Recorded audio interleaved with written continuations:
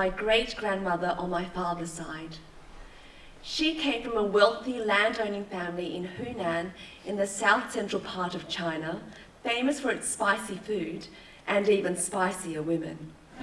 I should mention that the whole process of these storytelling shows began with workshops that William conducted for Performance 4A. My father, Ang Kun Yi, was a handsome man. We developed these stories over several stages. This is my favourite photo of them from the 60s, posing as Korea's answer to JFK and Jackie. It's pithy because they're like captions. So people who are writers who have got very eloquent styles don't suit this kind of storytelling method. When my grandfather came to Australia for a visit, he hatched this plan with Dad. He took this photo of me back to China with him, listed me on the books of a matchmaker, and started frequenting the infamous marriage market at Shanghai's People's Park on the weekend.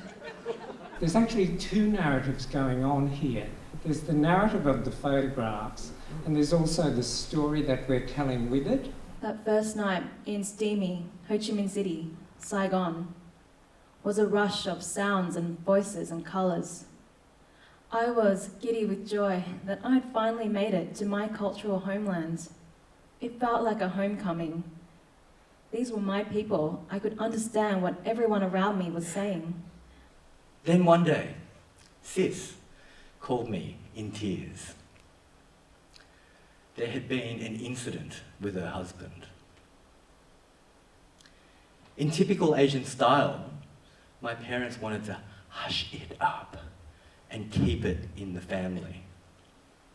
But I was adamant the matter should be taken to the police. Particularly for kids, I want them to understand that domestic violence is something that can be talked about in public, that is wrong, that doesn't need to be hidden under the carpet and is not a shameful kind of thing. I was besotted with my favourite band, the Golden Earring.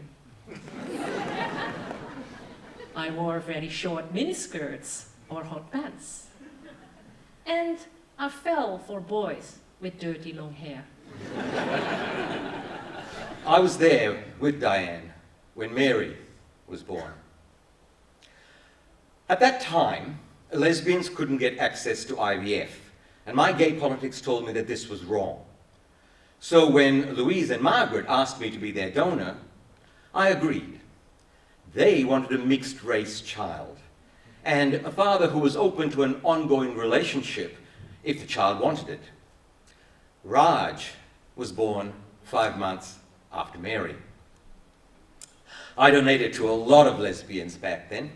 I don't know if any kids were born from it. That wasn't part of the deal. Even showing images of Louise, who's a teacher in a school, there was a time it couldn't have been done. She would have been targeted within the school. The kids went through a period where they would not say they had two mums, and all of us had to agree that that was fine for those kids.